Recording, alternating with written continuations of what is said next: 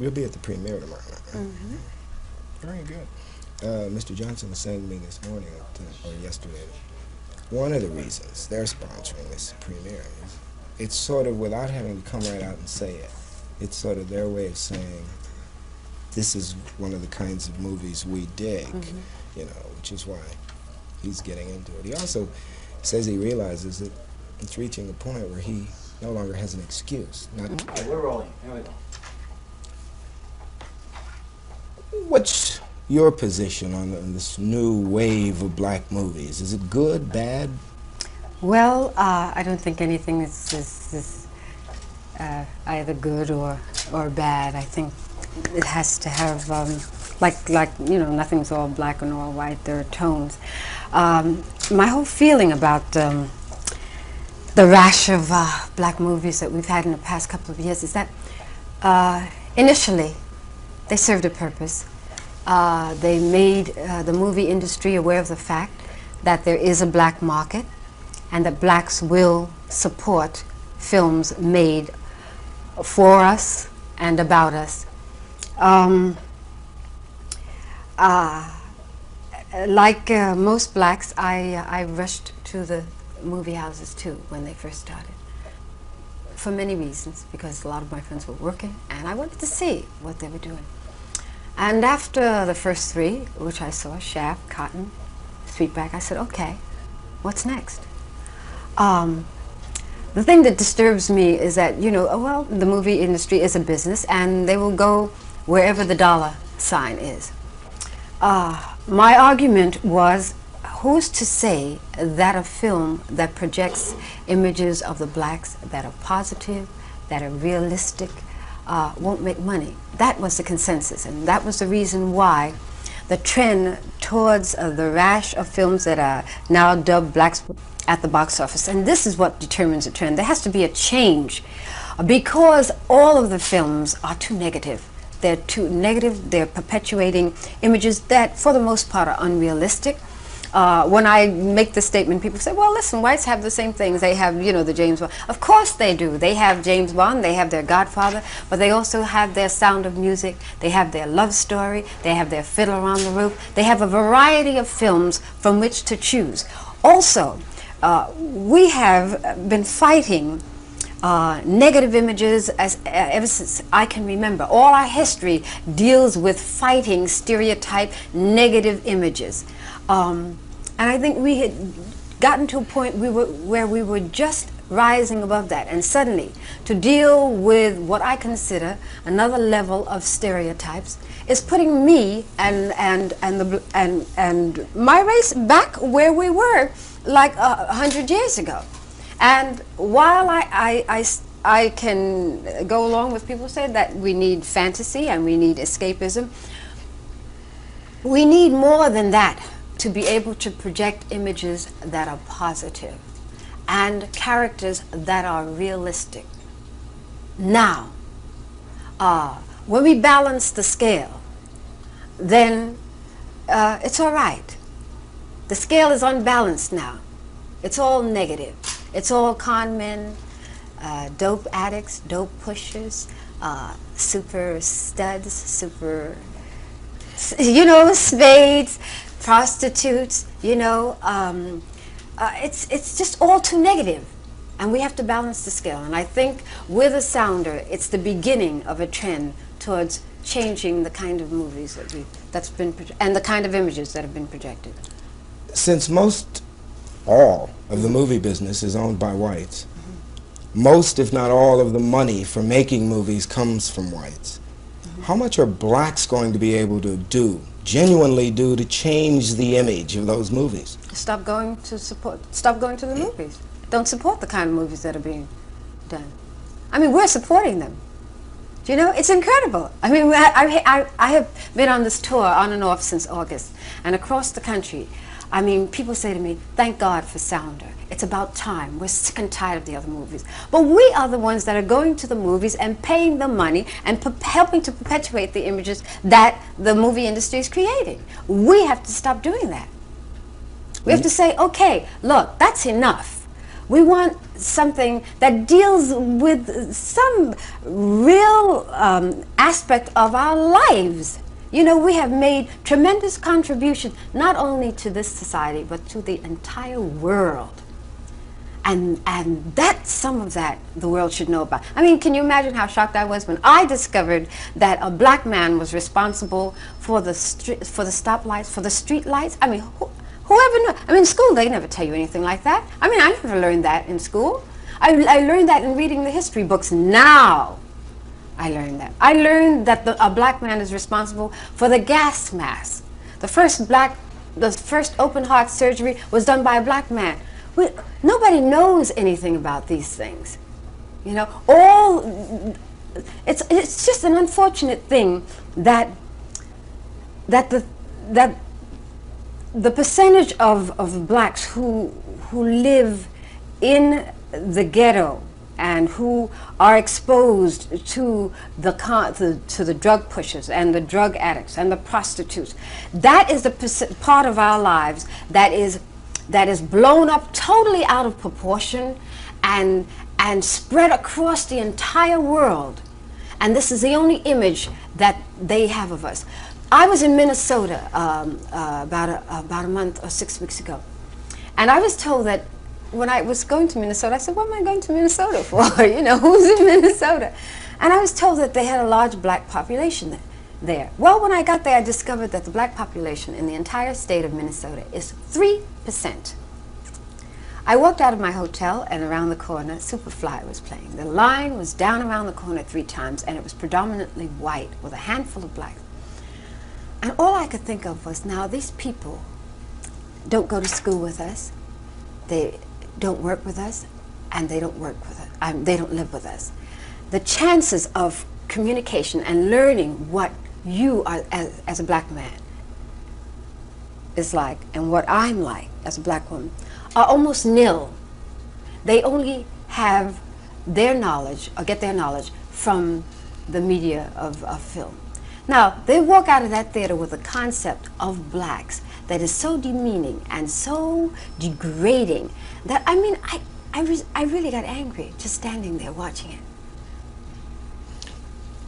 If this exploitation, as you refer to it, continues, should blacks at least be making the money off of it instead of whites? No.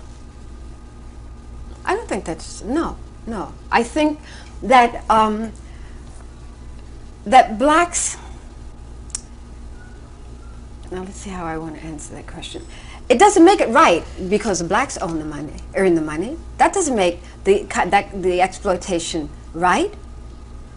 It's just as bad, as far as I'm concerned.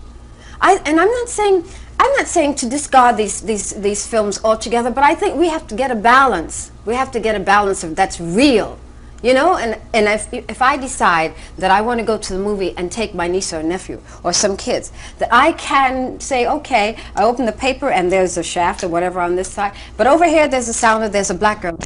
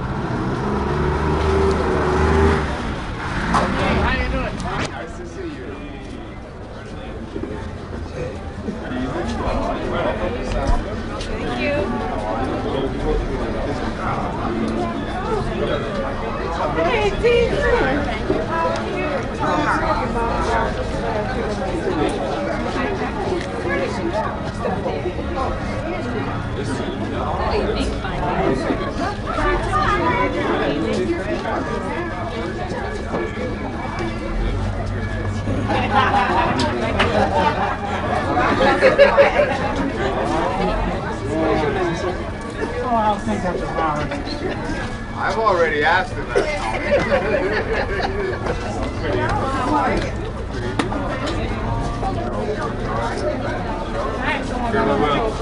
Kids have been waiting. Oh, good.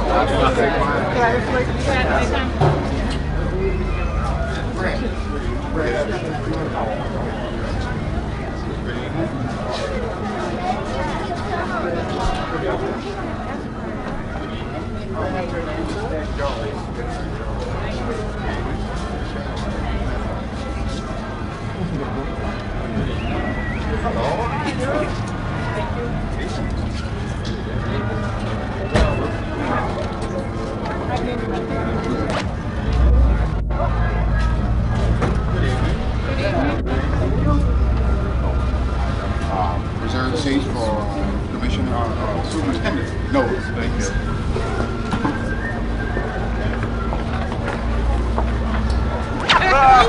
Oh, no!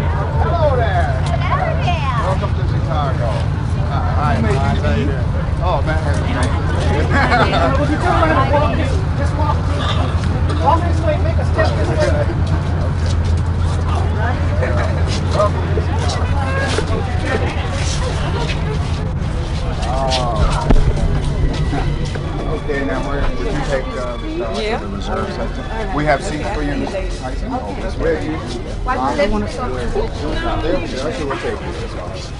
Okay. Okay, that's good. Did you say so? All right. See you later. Okay.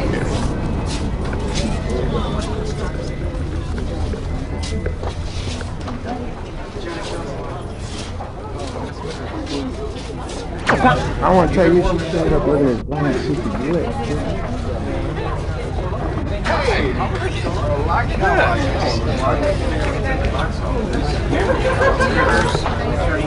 Hey, you got going to out here.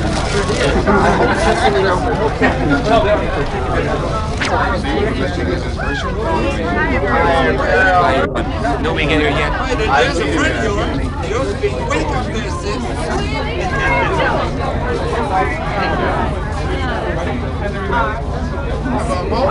How are you?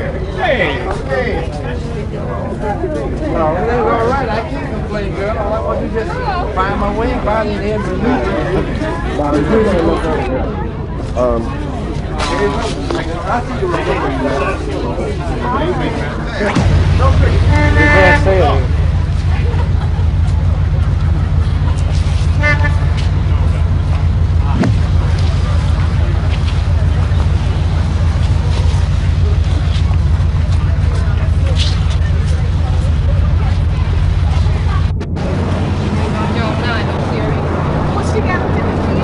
She said she did. I don't know. I told her, I said, if I'm not here by 4 to 2, you know I'm not supposed to. But Margot ran up here before. She wouldn't know when I just parked the car.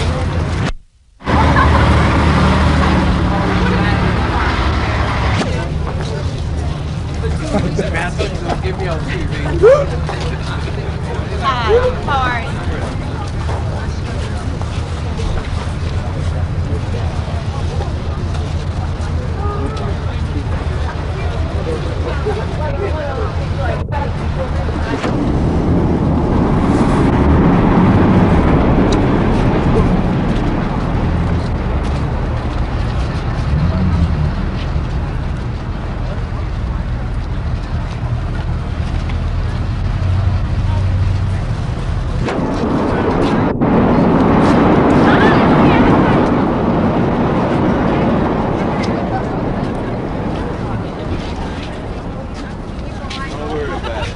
Don't worry about it. We just bought your company.